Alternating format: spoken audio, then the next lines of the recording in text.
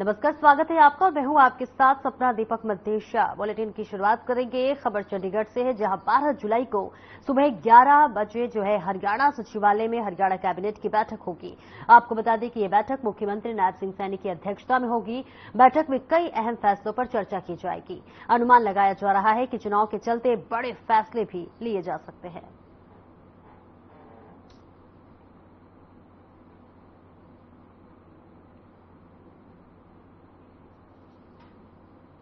विधानसभा चुनाव की तैयारियों को लेकर कैबिनेट मंत्री डॉक्टर बनवारी लाल ने कहा कि टिकट देना या ना देना केंद्रीय नेतृत्व का अधिकार क्षेत्र है, लेकिन मेहनत करना मेरा काम है और अगर टिकट मिला तो बावला विधानसभा में शिक्षा, चिकित्सा और स्वास्थ्य के क्षेत्र में हुए विकास कार्यों को लेकर जनता के बीच जाएंगे और रह गई कमियों को पूरा करेंगे।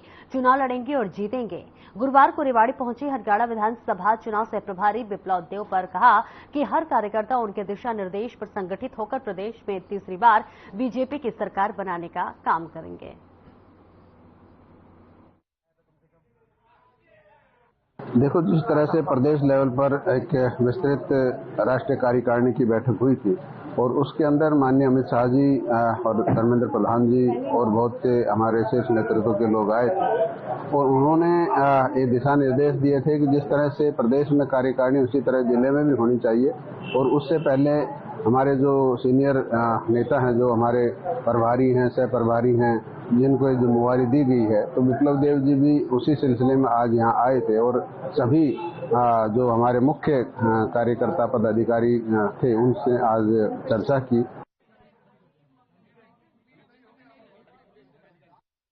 त्रिपुरा से बीजेपी सांसद और हरियाणा विधानसभा चुनाव के सह प्रभारी विप्लव देव हरियाणा की रेवाड़ी पहुंचे, जहां उन्होंने पार्टी कार्यकर्ताओं और पदाधिकारियों को संगठित होकर पार्टी को मजबूती प्रदान करने और सभी विधानसभाओं में भारी बहुमत से जीत हासिल कर प्रदेश में तीसरी बार बीजेपी की सरकार बनाने का मूल मंत्र दिया।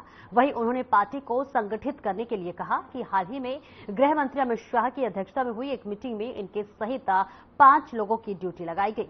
वो मंडल और जिला स्तर पर हर विधानसभा में कार्यकर्ताओं के साथ मीटिंग करे और जहां भी कुछ कमी है तो उसे पूरा करे और जहां अच्छा काम कर रहा है उसे और मजबूती देने का काम करे, ताकि प्रदेश के मुख्यमंत्री नायब सिंह सैनी जिस प्रकार विकास को गति देने का निरंतर काम कर रहे हैं उसे आगे बढ़ाया जा सके।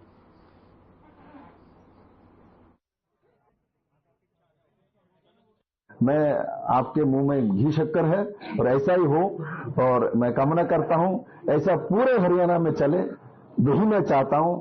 और आपके मुंह में दोबारा घी शक्कर। हमारे ऊपर भरोसा करो भाई, धर्मेंद्र प्रधान जी भी हमारे साथ है, हमारे इलेक्शन के प्रभारी है और तजुर्बे वाले व्यक्ति है और मैं भी छोटा मोटा काम करके यहाँ आया हूँ।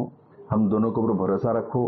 सुरेंद्र नागर जी है, सतीश पुनिया जी, सब लोग काम करना जानता है, करने की कोशिश करता है और माननीय प्रधानमंत्री जी और माननीय नड्डा जी ने ऐसा ही एक टीम भेजा जो हरियाणा के हित में काम करने वाला है।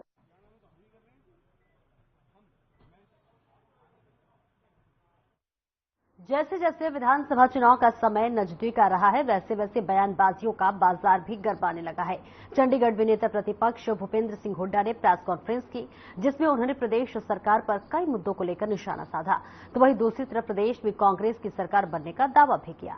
हुड्डा ने और क्या कुछ कहा, आइए आपको दिखाते हैं, सुनवाते हैं। की बात चली, देश में प्रजातंत्र की बात चली, डेमोक्रेसी की चली। प्रेस एक मजबूत स्तंभ है। डेमोक्रेसी, प्रेस मजबूत रहेगा तो डेमोक्रेसी भी मजबूत रहेगी, क्योंकि लोगों की आवाज तो प्रेस द्वारा होती है।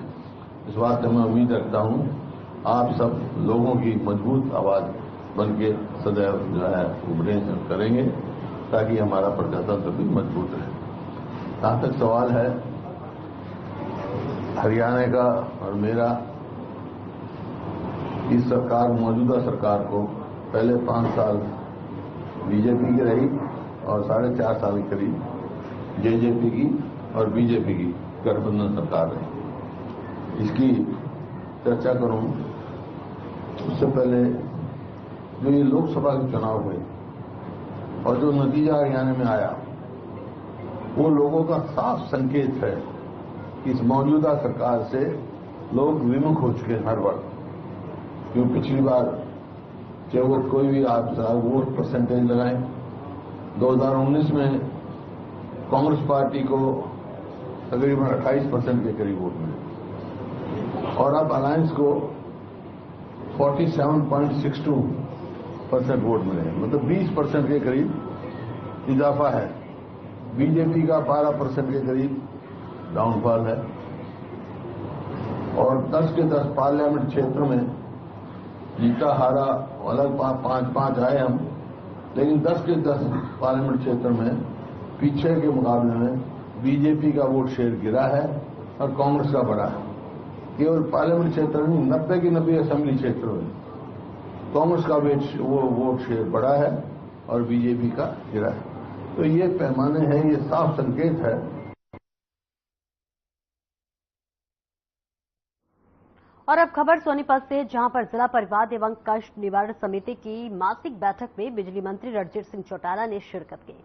इस दौरान 21 समस्याओं को सुनते हुए 15 समस्याओं का निपटान मौके पर ही कर दिया और 6 लंबित रखते हुए उनकी जांच के आदेश प्रशासन को देते हुए अपने कार्य में लापरवाही बरतने वाले एक अधिकारी पर केस दर्ज करने के भी आदेश जारी किए। इस दौरान मंत्री ने प्रेस कॉन्फ्रेंस में कांग्रेस को निशाने पर लेते हुए कहा कि चंदा मामा की तरह कर रहे विपक्ष का काम और जो बोलना है सच। इस दौरान मंत्री ने बताया कि हरियाणा में घरों के ऊपर बिजली की तार गुजरते हैं या फिर खंभों पर कमजोर हो चुके तारों को हटवाकर नए तार लगवाने के मकसद को लेकर 261 करोड़ रुपए रिलीज किया गया है।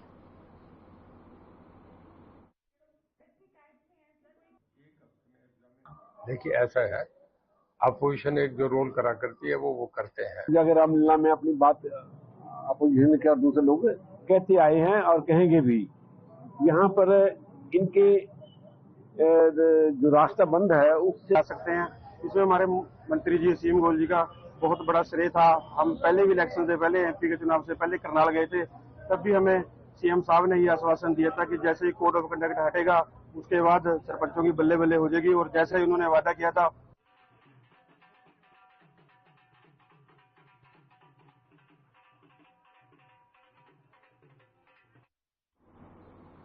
मुख्यमंत्री के सरपंचों के हितों में की गई घोषणा के बाद सरपंचों में खुशी का माहौल है। आपको बता दें कि सरपंचों ने इंद्री के विधायक का बात कर ले रामकुमार कश्यप का फूल माला डालकर स्वागत किया है और मुख्यमंत्री का आभार भी जताया है। इस दौरान विधायक रामकुमार कश्यप ने कहा कि मुख्यमंत्री नायब सिंह सैनी की तरफ से कुरुक्षेत्र में राज्य स्तरीय सम्मेलन में प्रदेश के सरपंचों की मांगों को मानकर उनके अधिकारों में वृद्धि करके ऐतिहासिक निर्णय लिया। इसी कड़ी में खंड इंद्री की सरपंच एसोसिएशन ने पदाधिकारी और सरपंचों ने विधायक रामकुमार कश्यप का फूल माला पहनाकर उनका धन्यवाद किया और मुख्यमंत्री एवं प्रदेश सरकार का आभार जताया। और चलिए आगे बढ़ते हैं। हरियाणा में बढ़ते अपराध पर आप वरिष्ठ उपाध्यक्ष अनुराग ठांडा का बयान सामने आया है। अनुराग ठांडा ने कहा है कि पुलिस एएसआई की हत्या के 39 घंटे बाद भी अपराधी गिरफ्त से बाहर है, जिसके चलते उन्होंने सुरक्षा व्यवस्था समेत दूसरे मुद्दों पर सरकार को घेरा। ठांडा ने और क्या कुछ कहा, आइए दिखाते हैं।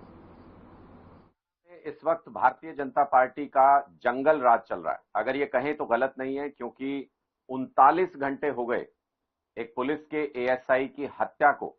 अपराधी खुलेआम सरकार को चुनौती दे रहे हैं कि अगर आपके अंदर हिम्मत है तो हमें पकड़ के दिखाइए, और सरकार हाथ पर हाथ धरे बैठी है।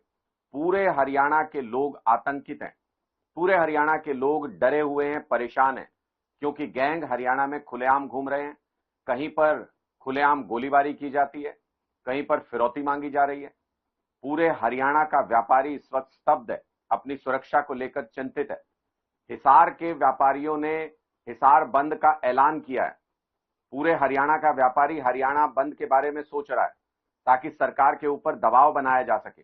लेकिन आप खुद सोच के देखिए, जनता की सुरक्षा कैसे होगी जब जनता की सुरक्षा करने वाली पुलिस ही सुरक्षित नहीं है। और वक्त चला एक छोटे से ब्रेक का, फौरन हाजिर होते हैं।